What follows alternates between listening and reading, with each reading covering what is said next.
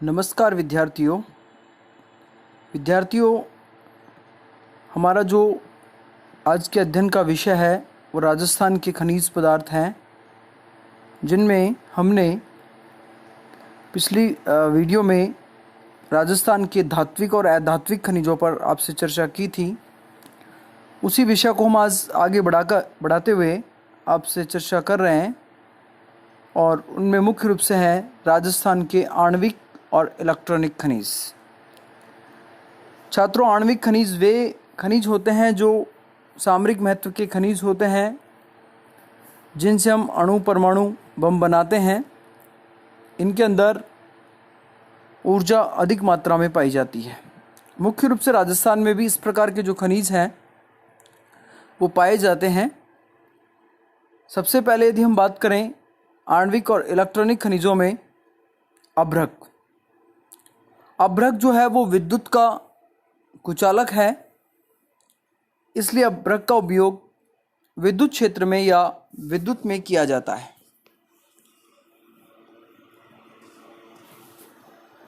यहाँ अभ्रक दो प्रकार से राजस्थान में पाया जाता है। एक गुलाबी अभ्रक होता है, एक रंगीन अभ्रक होता है।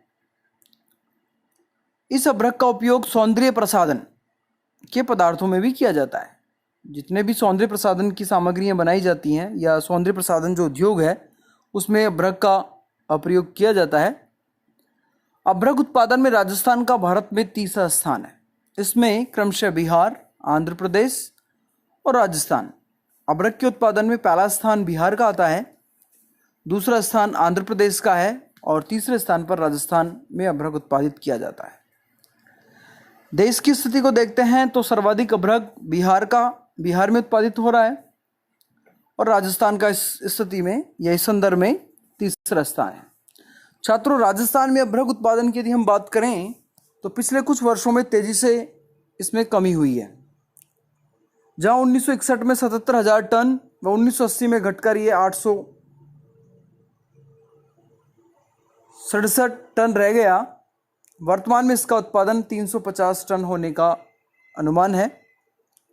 राजस्थान में अभ्रक का जो उत्पादन है वो किन किन जिलों में होता है, तो उसकी हम बात करें तो यहाँ पर राजस्थान में अभ्रक उत्पादन क्षेत्र में भीलवाड़ा, उदयपुर, अजमेर, ब्यावर, टोंक, जयपुर, सीकर जिले मुख्य रूप से आते हैं। भीलवाड़ा व उदयपुर में राज्य के कुल अभ्रक उत्पादन का लगभग 75% अभ्रक उत्पादित किया जाता है। सर्वाधिक राजस्थान में अभ्रक उत्पादन की यदि बात की जाए तो भीलवाड़ा व उदयपुर में सर्वाधिक अभ्रक उत्पादित किया जाता है, जो राज्य के कुल उत्पादन का लगभग 75% है। वैसे तो आंशिक तौर पर भीलवाड़ा और उदयपुर के अलावा अजमेर, ब्यावर, टोंक, जयपुर, सीकर इन जिलों में अभ्रक उत्पादित किया जाता है, लेकिन अधिक मात्रा में अभ्रक का जो उत्पादन है राजस्थान में वो भीलवाड़ा और उदयपुर में उत्पादित होता है। छात्रों, टोंक जिले की बरसा, मानखंड तथा जयपुर जिले की बजारी व लक्ष्मी खाने अभ्रक उत्पादन के लिए प्रमुख हैं।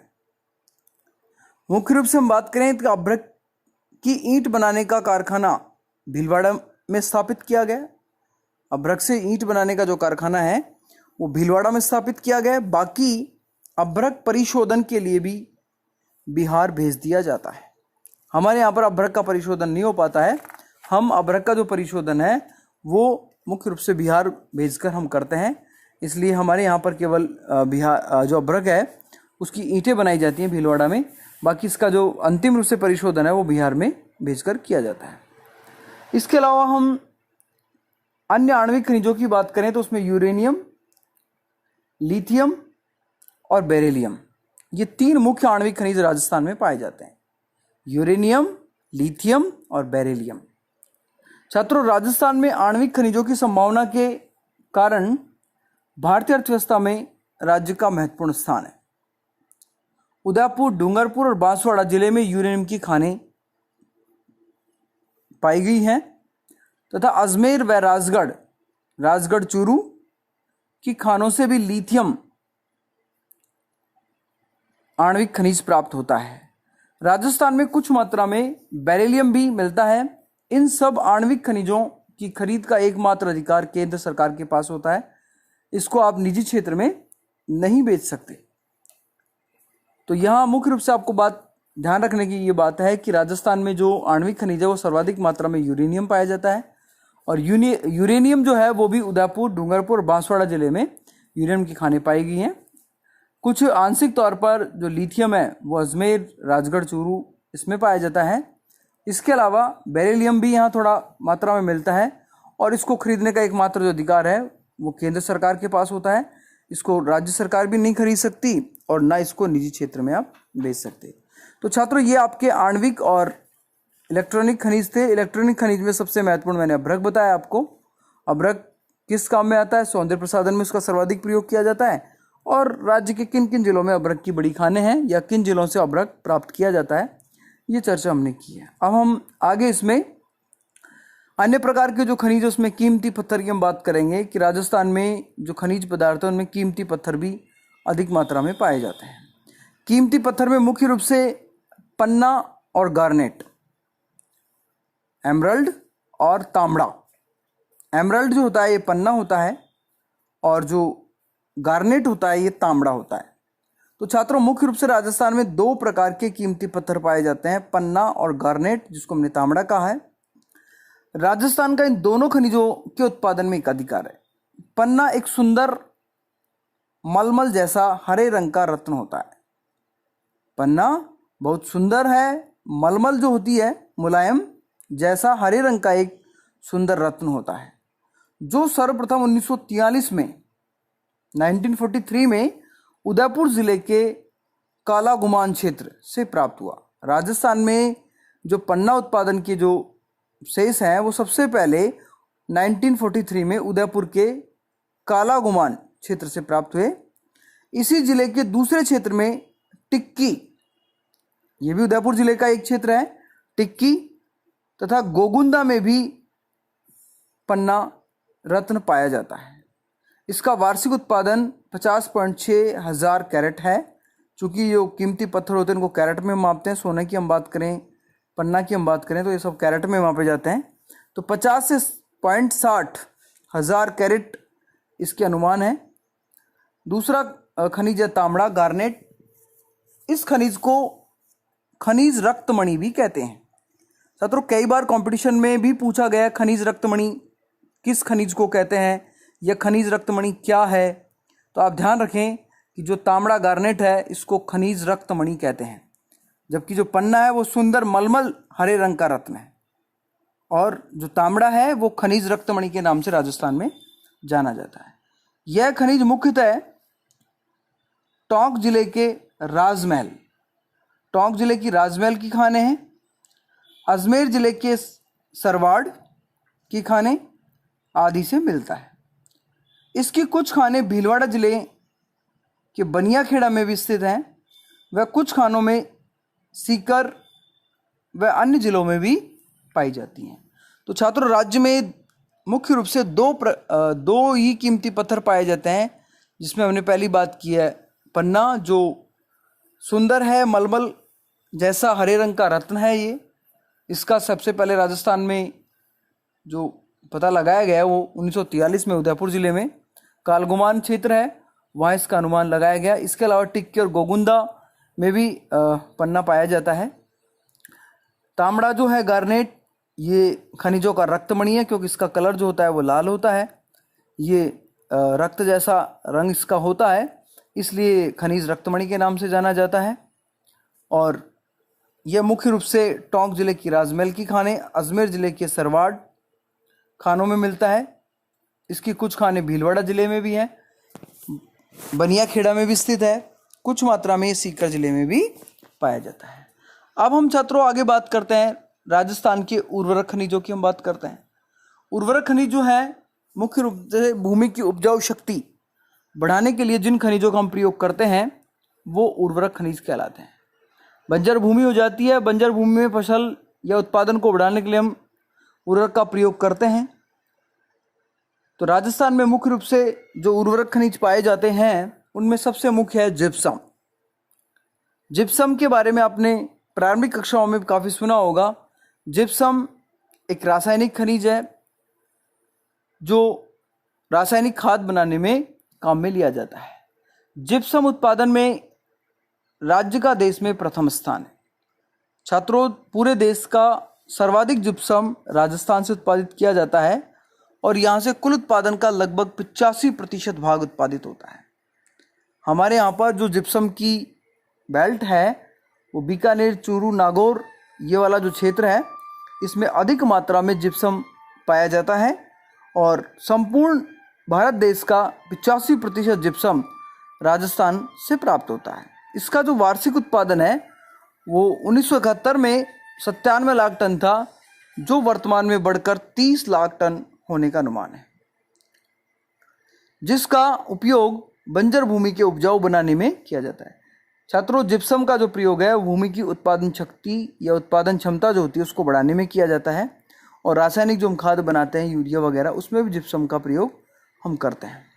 अब हम बात कर लेते हैं जिप्सम के राज्य में उत्पादन क्षेत्र कौन कौन से हैं। तो सबसे पहले नागौर क्षेत्र की हम बात करेंगे। इस क्षेत्र में जिप्सम के लगभग 95 करोड़ टन भंडार हैं। नागौर क्षेत्र जो है इस क्षेत्र में जिप्सम के लगभग 95 करोड़ टन भंडार हैं और ये भारत का सर्वाधिक जिप्सम उत्पादन वाला क्षेत्र है। इस क्षेत्र की प्रमुख खानें नागौर, मदाना, मालगू आदि। मुख्य रूप से जो खानें नागौर में पाई जाती हैं, नागौर में है, मदाना में है और मालगू में है। दूसरा जो बड़ा क्षेत्र है वो है बीकानेर क्षेत्र। बीकानेर जिले में भी जामनगर, लूनकरनसर तथा चूरू जिले में तारानगर आदि क्षेत्र में जिप्सम के लगभग 10 करोड़ टन के भंडार के अनुमान है।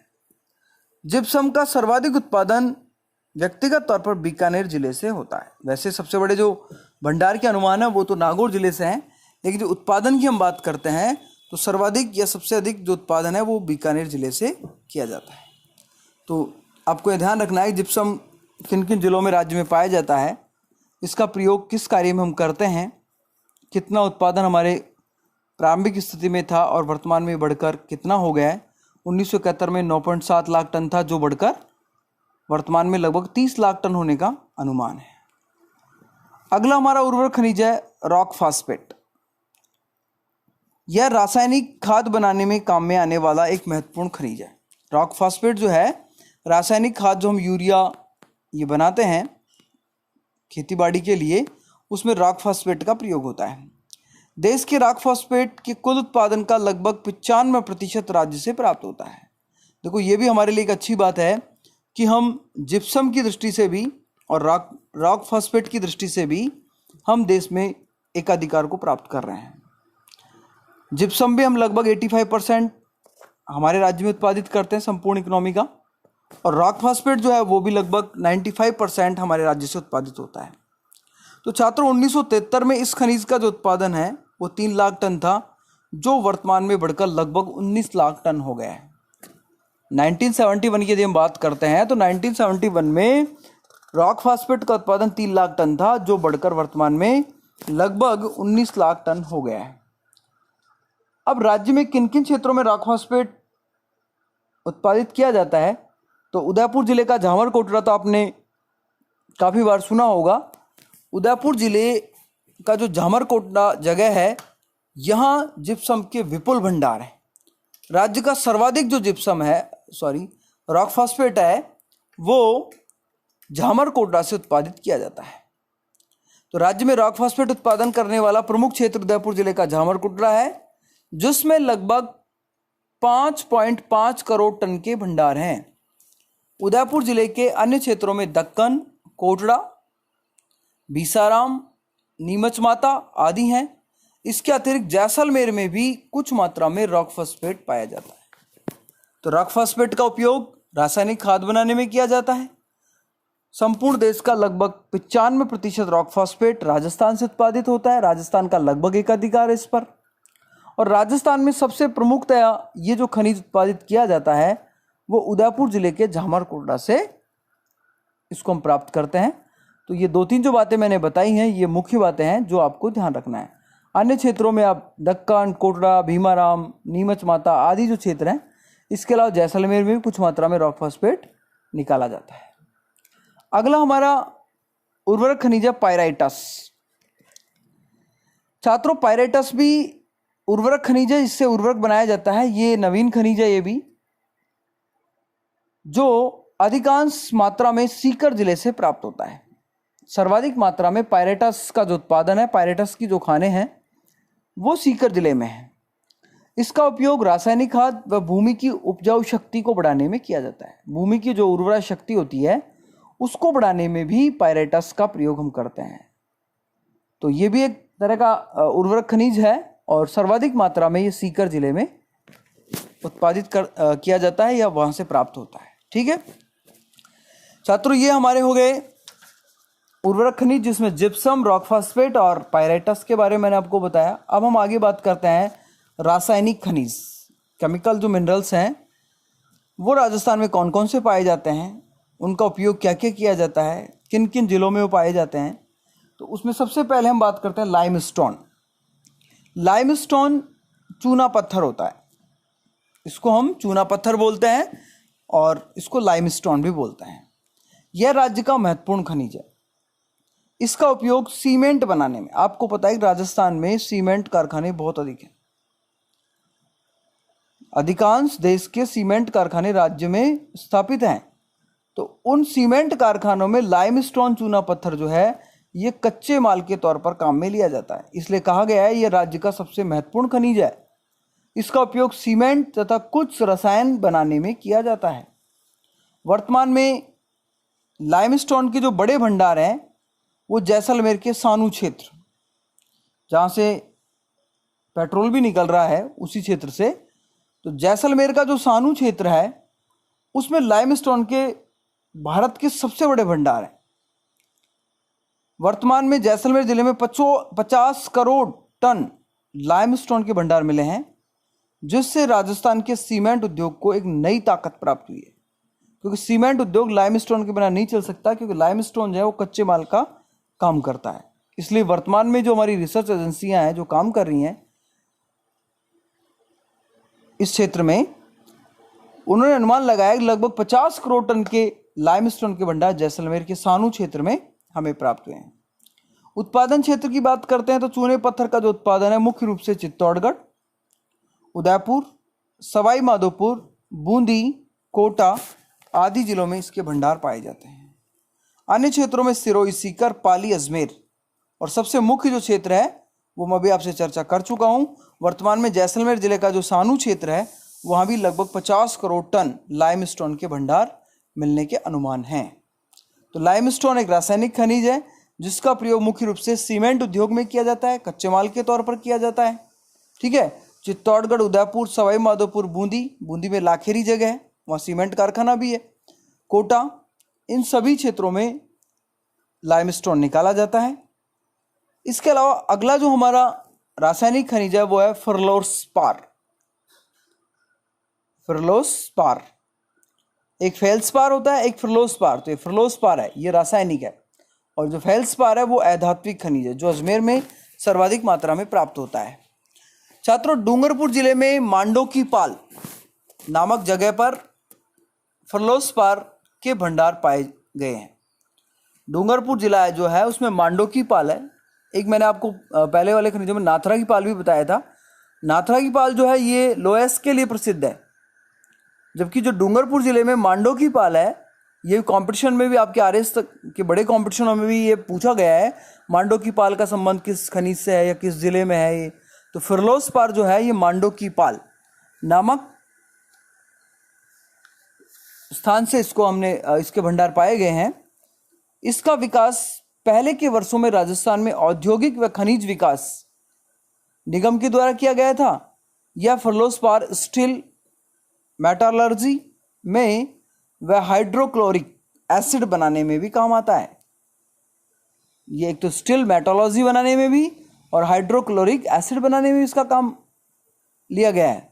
राज्य में 2003-04 में 1.8 हजार टन फ्लोराइड्स क्रूड का उत्पादन यहाँ हुआ है। तो मुख्य रूप से छात्रों जो ये फर्लोस्पार खनिज है ये एक नया रासायनिक खनिज है जो डूंगरपुर जिले की मांडोपाल से इसको प्राप्त किया गया है। इसके बड़े भंडार वहाँ मिले हैं और औद्योगिक दृष्टि से काफ़ी महत्वपूर्ण खनिज माना गया है। इसके अलावा अगला खनिज है बेराइटस। बेराइटस छात्रों, ये तेल के कुओं की ड्रिलिंग के दौरान घोल या कीचड़ बनाने के काम आता है। देखिए, आप जानते हैं कि जब ड्रिल किया जाता है, खुदाई की जाती है, चाहे वो मिट्टी की खुदाई हो और चाहे वो तेल के कुओं की खुदाई हो, तो वो बड़ी कठोर भूमि में जब उसको ड्रिल करते हैं तो बड़ा उसमें समस्याओं का सामना करना पड़ता है। तो उसको आसान बनाने के लिए हम जो बेराइटस है, इसका ड्रिलिंग के दौरान घोल बना लेते हैं या कीचड़ बना लेते हैं और उसमें एक काम में आता है। उसको मिला दिया जाता है उस मिट्टी के साथ, ताकि कीचड़ बन जाता है, उससे भूमि काफ़ी उसको खोदना सुगम हो जाता है। तो बेराइटस का हम उसमें प्रयोग करते हैं। ये पेंट, लिथोपेन उद्योग में भी काम में लिया जाता है। बेरियम रसायन को प्रयुक्त होता है। यह कागज़ व रबर उद्योग में भी काम में आता है। यह अलवर व नाथरा के समीप मिलता है। बेराइटस जो है अलवर में पाया जाता है या नाथद्वारा उदयपुर जिले में है, राजसमंद जिले में पड़ता है, के समीप मिलता है। 2004-05 में इसका उत्पादन 5.5 हजार टन था, जो बढ़कर वर्तमान में 10.6 हजार टन रहने का अनुमान है। तो छात्रों, ये आपके मुख्य रूप से लाइमस्टोन और फिरलोस्पार और बेराइटस, ये रासायनिक खनिज थे जिनकी हमने चर्चा की राजस्थान के संदर्भ में। अब इसके बाद हम बात करते हैं अन्य खनिजों की। अन्य खनिजों में हम बात कर लें संगमरमर। संगमरमर के बारे में आप काफ़ी कुछ जानते हैं कि राजस्थान का संगमरमर देश दुनिया में प्रसिद्ध है। अन्य जगहों पर इसका बहुत अधिक मात्रा में प्रयोग किया जाता है।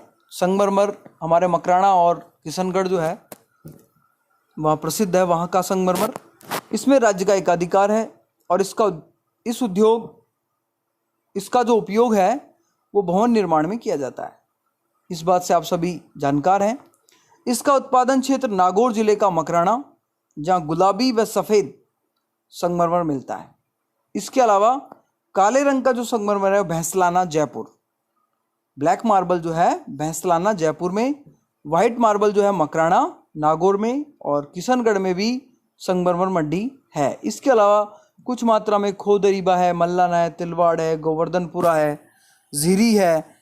इन जगहों पर भी अलवर जिले में संगमरमर प्राप्त होता है। छात्रों, हम कोयले की बात करते हैं। वैसे तो ये व्यापक विषय हो जाएगा कोयला यहाँ पर, लेकिन हम एक संक्षिप्त तौर पर हम इसको थोड़ा देख लेते हैं कि राज्य में बीकानेर जिले के पलसाना या पलाना में लिग्नाइट कोयला मिलता है। इसके अलावा बाड़मेर में जालिपा है, कपूडी है, गिरल है। इन जगह पर भी लिग्नाइट किस्म का कोयला मिलता है। बीकानेर जिले में बारसिंगपुर में लिग्नाइट कोयले के 6.2 करोड़ टन के भंडार हैं। तो मुख्य रूप से राजस्थान में जो कोयला पाया जाता है उसमें पलाना बीकानेर है, बारसिंगपुर जो है वो भी बीकानेर में मिलता है, बाड़मेर में जालिपा है, कपूडी है, गिरल है, यहाँ से भी लिग्नाइट किस्म का कोयला प्राप्त होता है। और वर्तमान में 6.2 करोड़ टन के भंडारों का अनुमान यहाँ लगा है। इसके अलावा हम खनिज तेल की बात करते हैं।